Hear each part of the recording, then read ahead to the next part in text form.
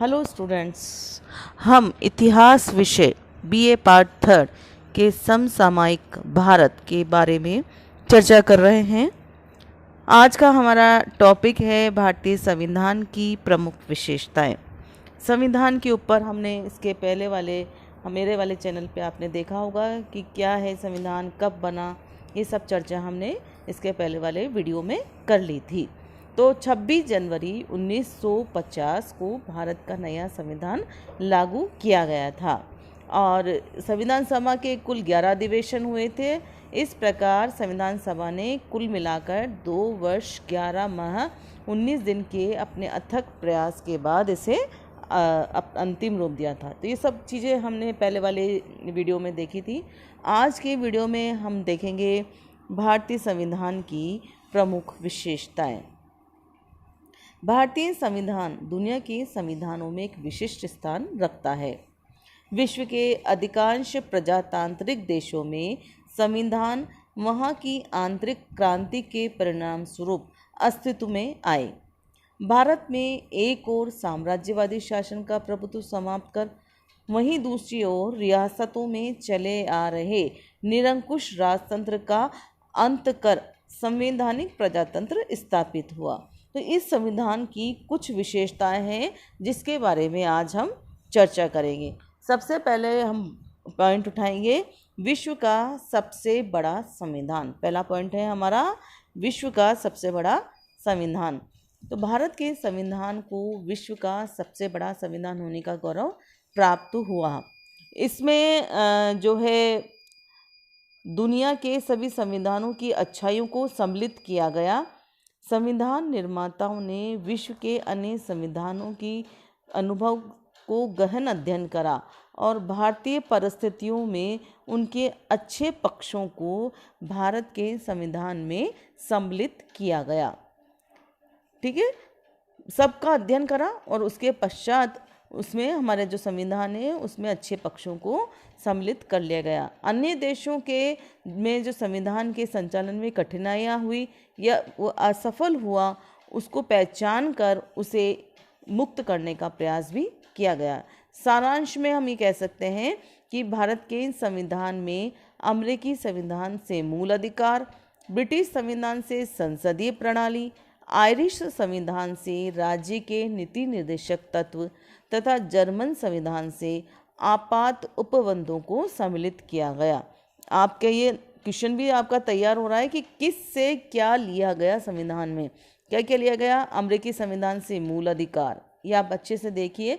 British संविधान से संसदीय प्रणाली, आयरिश संविधान से राज्य के नीति निर्देशक तत्व, जर्मन संविधान से आपात उपबंधों को सम्मिलित किया गया। ये भारतीय संविधान का विश्व का सबसे बड़ा संविधान होने का एक प्रमुख कारण रहा।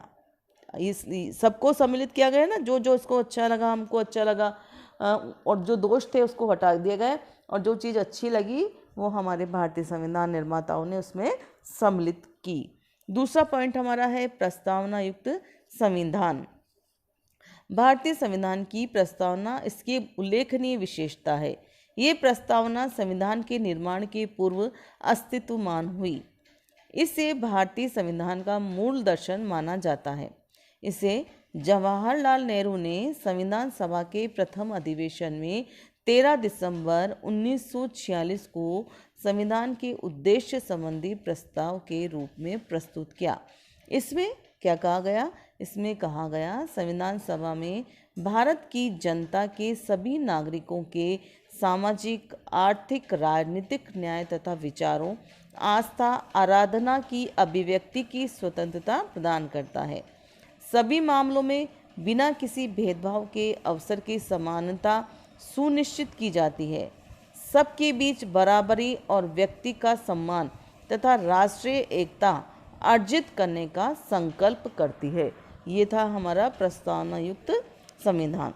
तीसरा हमारा पॉइंट हम लेंगे संप्रभुता संपन्न लोकतंत्रात्मक गणराज्य। तो क्या है ये? इस संविधान ने भारत में संप्रभुता संपन्न लोकतंत्र स्थापित किया, जो इसकी एक महत्वपूर्ण विशेषता है। इसमें जनता को शक्ति का स्रोत माना गया। कैसे? कि राज्य की शक्ति आम जनता में निहित है। संप्रभुता संपन्न राज्य उसे कहा जाता है जो पूर्णतः भारी नियंत्रण से मुक्त होकर अपनी गृह और विदेश नीति का निर्धारण करता है। जनता के लिए शासन प्रजातंत्र शासन कहलाता है। भारतीय संविधान में इसकी विशद व्याख्या की गई है और देश के सर्वोच्च प्रशासनिक तंत्र का निर्माण जनता के द्वारा किया जाता है। संपूर्ण देश व प्रदेशों के प्रशासन संचालन का कार्य जनता के द्वारा चुने हुए प्रतिनिधियों को सौंपा गया है एवं ये प्रतिनिधि अपने कार्यों के लिए जनता के प्रति उत्तरदायी माने गए हैं। नेक्स्ट हमारा पॉइंट है धर्मनिरपेक्षता एवं समाजवाद। संविधान की प्रस्तावना में धर्मनिरपेक्षता को सम्मिलित किया गया। धर्मनिरपेक्षता जानते क्या होता है? बिना किसी धार्मिक भेदभाव के सभी को सामाजिक, आर्थिक, राजनीतिक, न्यायिक, विचार अभिव्यक्ति, विश्वास, धर्म और उपासना, स्वतंत्रता, प्रतिष्ठा और अवसर की समानता प्रदान की जाएगी। धर्मनिरपेक्ष शब्दावली को संविधान के 42वें संशोधन द्वारा जोड़ा गया। ये फिर आपके क्वेश्चन है कि किस संविधान के संशोधन द्वारा जोड़ा गया था? 42वें संशोधन द्वारा। धर्मनिरपेक्ष उस राज्य को कहा जाता है जहाँ राज धर्म के रूप में किसी भी धर्म को मान्यता प्राप्त नहीं हो, साथ ही सभी धर्मों के साथ समानता का व्यवहार करे। इसके माध्यम से राजनीति में धर्म की भूमिका को अस्वीकार किया गया। इस शब्द पर और भारतीय संदर्भ में धर्मनिरपेक्षता के अर्थ पर अभी भी बहस जारी है। ये था हमारा धर्मनिरपेक्ष। अब है समाजवाद। तो समाजवाद शब्द भी 42वें संविधान के संशोधन द्वारा सम्मिलित किया गया था। क्या है समाजवाद?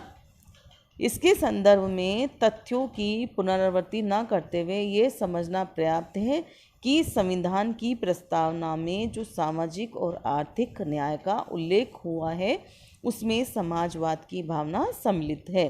42वें संविधान संशोधन के पश्चात इस प्रस्तावना में संशोधन करते हुए लिखा गया है, हम भारत के लोग भारत को एक संप्रभुता संपन्न, लोकतंत्रात्मक, धर्मनिरपेक्ष, समाजवादी गणराज्य बनाने के लिए दृढ़ संकल्प होकर इस संविधान को अंगीकृत करते हैं।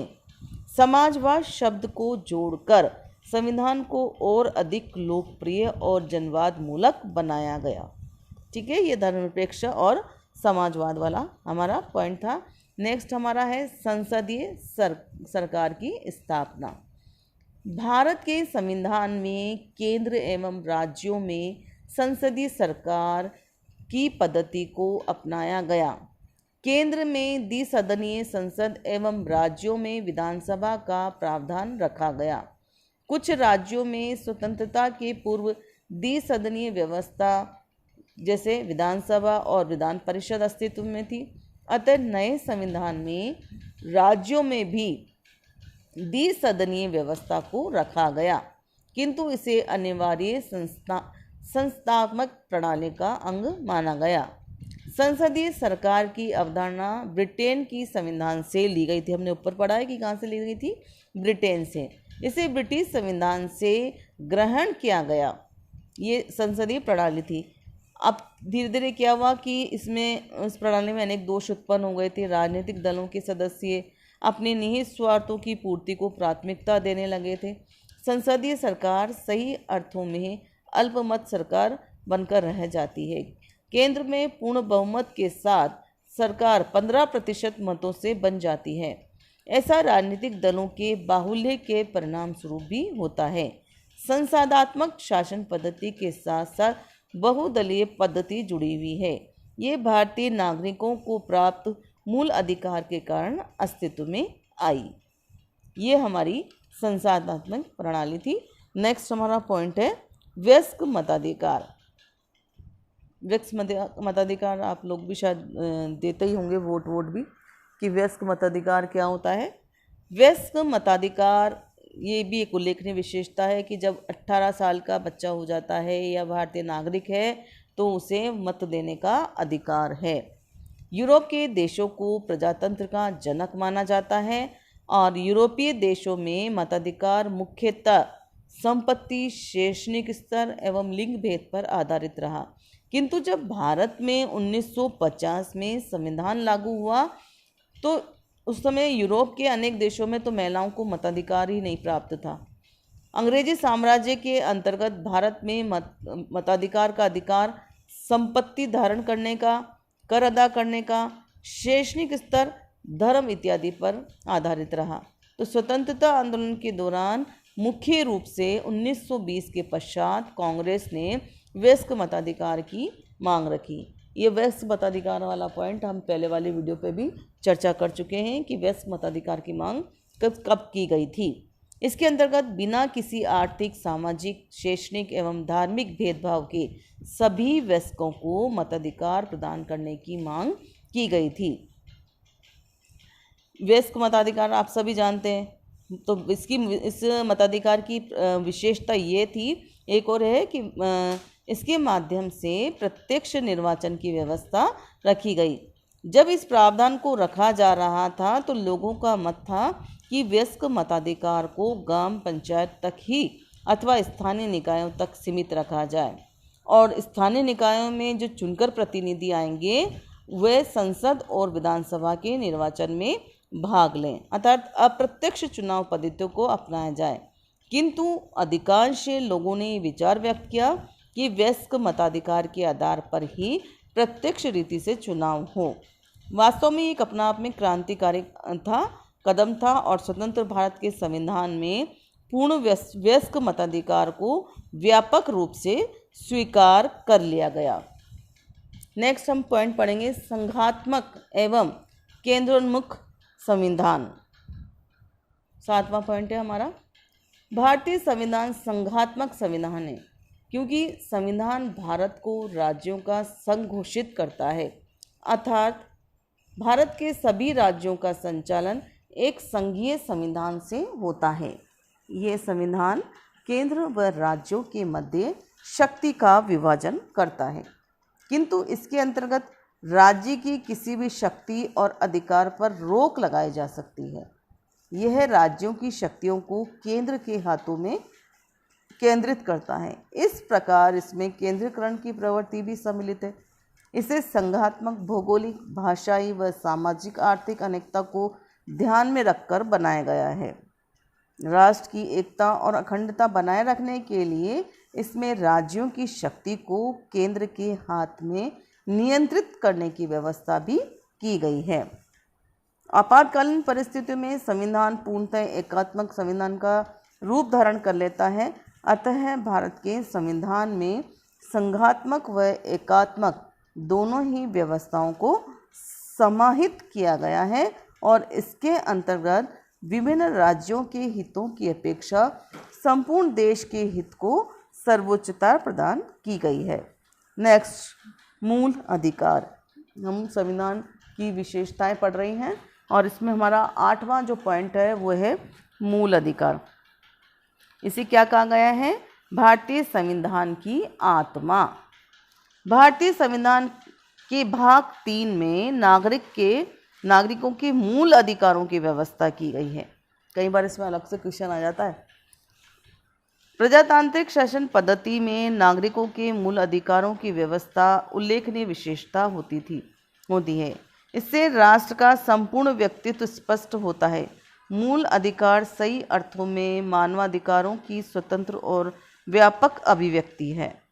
भारतीय संविधान में मूल अधिकारों को विशेष महत्व दिया गया है और इसे भारतीय संविधान की विशेषता इसलिए माना गया है कि ब्रिटिश संविधान में इन अधिकारों की घोषणा नहीं की गई थी, जबकि भारतीय संविधान में न केवल घोषणा की गई बल्कि मौलिक अधिकारों को संविधान में लिखित और व्यापक स्वरूप प्रदान किया गया है। ब्रिटिश संविधान को भारतीय संविधान की जननी माना गया है, किंतु भारतीय संविधान में मूल अधिकारों के समावेश ने इसे अलग कर दिया। तो मूल अधिकार धार्मिक क्या क्या हो सकते हैं? धार्मिक स्वतंत्रता, शोषण के विरुद्ध अधिकार, सांस्कृतिक समानता इत्यादि। इसके अलावा ऐसी रीति बनाई गई है कि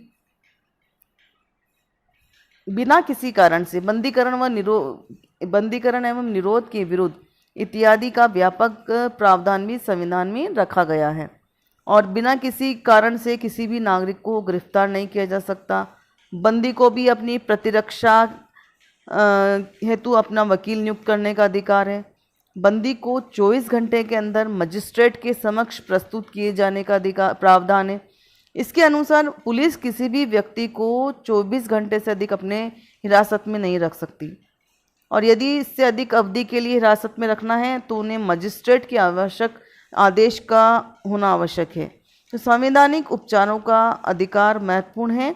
यदि किसी भी नागरिक के मूल अधिकारों का हनन होता है तो उसके उपचार की व्यवस्था भी है, और इस हेतु व्यक्ति न्यायालय में भी जा सकता है। ये थे हमारे संविधान द्वारा हमें प्रदत्त मूल अधिकार।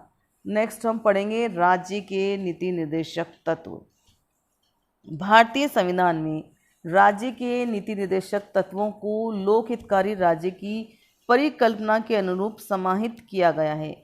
इसके अंतर्गत राज्य का कर्तव्य केवल शांति व्यवस्था बनाए रखना ही नहीं, कल्याणकारी राज्य उसे कहते हैं जो जनता की सुख समृद्धि का ध्यान रखे, इसके सर्वांगीण विकास को प्रोत्साहित करे, और इसी उद्देश्य को ध्यान में रखते हुए नीति निर्देशक तत्वों की जो है तत्वों के अंतर्गत अनेक आर्थिक व सामाजिक कर्तव्यों को चिन्हित किया गया है और जिनका पालन राज्य को करना होता है।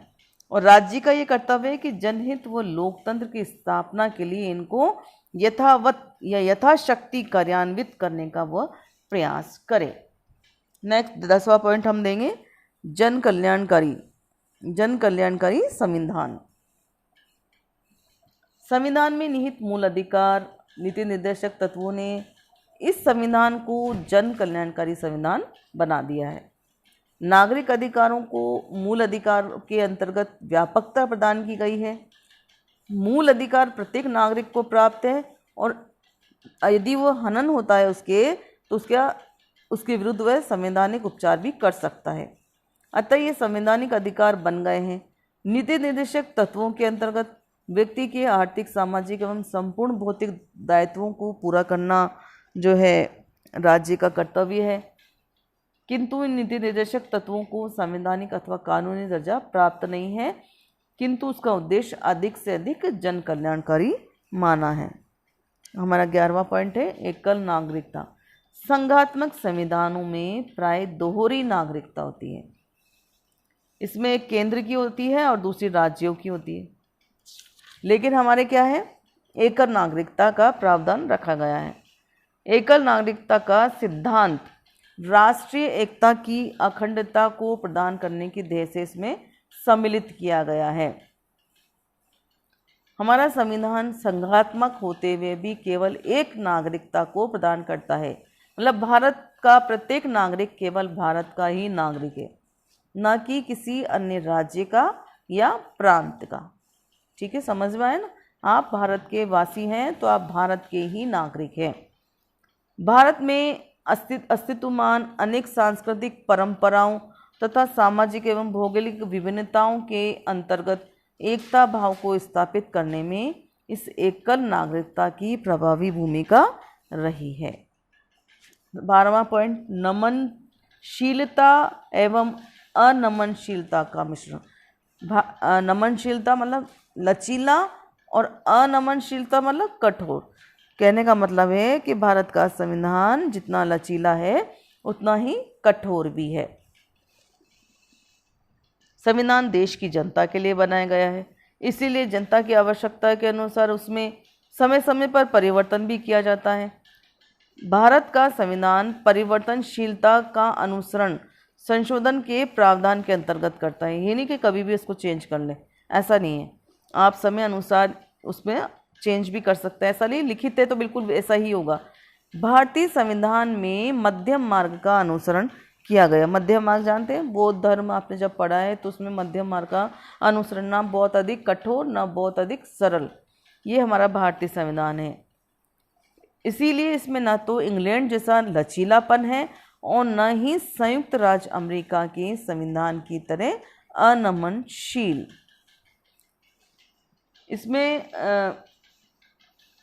संसद के प्रत्येक सदन में 2/3 सदस्य बहुमत से कोई भी संविधान में संशोधन पारित करते हैं तो संविधान में संशोधन हो सकता है, किंतु केंद्र और राज्यों के अधिकार का विभाजन का मामला हो तो संशोधन नहीं किया जा सकता जब तक कि कम से कम आधे राज्यों की विधानसभाएं व विधानमंडल बहुमत से इसका समर्थन नहीं करते। तो ये कठोर और लचीला दोनों है। नेक्स्ट हमारा 13वां पॉइंट, स्वतंत्र न्यायपालिका। न्यायपालिका जानते हैं ना क्या है? कोर्ट। तो भारत के संविधान के अंतर्गत स्वतंत्र न्यायपालिका की स्थापना की गई थी, जो एक उसकी सबसे महत्वपूर्ण विशेषता है। एक महत्वपूर्ण विशेषता है, संपूर्ण देश में एक ही न्यायिक व्यवस्था लागू की गई। भारतीय संविधान संघात्मक है, फिर भी संपूर्ण देश में एक ही न्याय व्यवस्था है, जैसे एकल नागरिकता है, और न्यायपालिका को कार्यपालिका से अलग रखा गया है। न्यायपालिका के कार्य में कार्यपालिका का कोई दखल नहीं है, जबकि कार्यपालिका के कार्यों में न्यायालय असंवैधानिक अथवा गैर कानूनी उसको करार दे सकता है। न्यायपालिका का गठन संघीय स्वरूप के अनुसार भी किया गया है। उच्चतम न्यायालय को संविधान का संरक्षक माना गया है। संविधान भारत का मूल कानून है और इसकी रक्षा का दायित्व किस पे है? उच्च न्यायालय पे। तो संविधान में निहित कानूनों की व्याख्या उच्चतम न्यायालय द्वारा मुख्य रूप से की जाती है। सबसे बड़ी विशेषता यही है कि भारतीय न्यायपालिका को अपने कार्यों के संपादन में पूर्ण स्वतंत्रता प्राप्त है और इसी का परिणाम ये है कि भारत में स्वतंत्र न्यायपालिका की स्थापना हुई है। और ये केवल संविधान की रक्षा ही नहीं करती बल्कि आम नागरिकों के सभी प्रकार के दबावों व अपराधों के विरुद्ध न्याय प्रदान भी करती है। नागरिकों के मूल अधिकारों की रक्षा करना न्यायपालिका का महत्वपूर्ण कार्य है। तो ये था हमारा स्वतंत्र न्यायपालिका। नेक्स्ट पॉइंट हम देखेंगे, मूल कर्तव्य क्या है नागरिकों के। देखें क्या मूल कर्तव्य है, आप देखेंगे इसमें। मूल कर्तव्यों के कारण भारतीय संविधान न केवल प्रजातांत्रिक बल्कि मानवता का दस्तावेज बन गया है। क्या क्या मूल कर्तव्य है? नागरिक का यह कर्तव्य है कि वह अपने संविधान का पालन करेगा, राष्ट्रीय ध्वज व राष्ट्रगान का आदर करेगा। प्रत्येक नागरिक स्वतंत्रता आंदोलन के आदर्शों और मूल्यों को हृदय में संजोए रखेगा और उसका पालन करेगा। राष्ट्र की संप्रभुता, एकता और अखंडता की वह रक्षा करेगा। आवश्यकता पड़ने पर सेना में भर्ती होकर देश की रक्षा करेगा। स्त्री के विरुद्ध कुप्रथाओं को त्याग करते हुए इसे मिटाने का प्रयास करेगा। प्राकृतिक पर्यावरण की रक्षा करने का प्रयास करेगा। ऐसे बहुत सारे कर्तव्य हैं जो हमारे भारतीय नागरिकों को करना आवश्यक है। तो ये थे हमारे सारे संविधान की मुख्य रूप से विशेषताएं। मुझे पूरी उम्मीद है कि संविधान की प्रमुख विशेषताएं पूरे आपको समझ में आ रही होगी। कई बार शब्द समझ में नहीं आते हैं तो आप अपने वीडियो में मेरे जो टॉपिक्स भी हैं इसमें वो आप देख सकते हैं। कोई प्रॉब्लम हो तो उसको बिल्कुल आप इसमें से पढ़ सकते हैं। Thank you.